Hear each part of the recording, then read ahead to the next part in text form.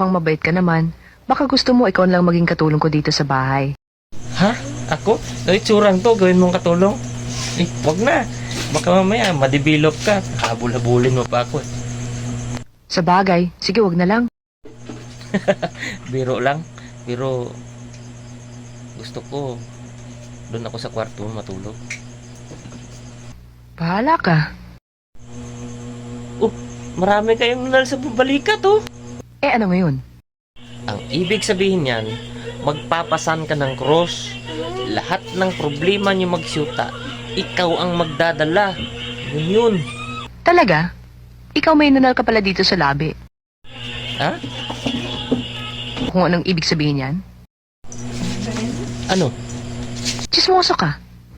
Ush. Di, ibig sabihin niyan, masarap humalik. Tikman mo.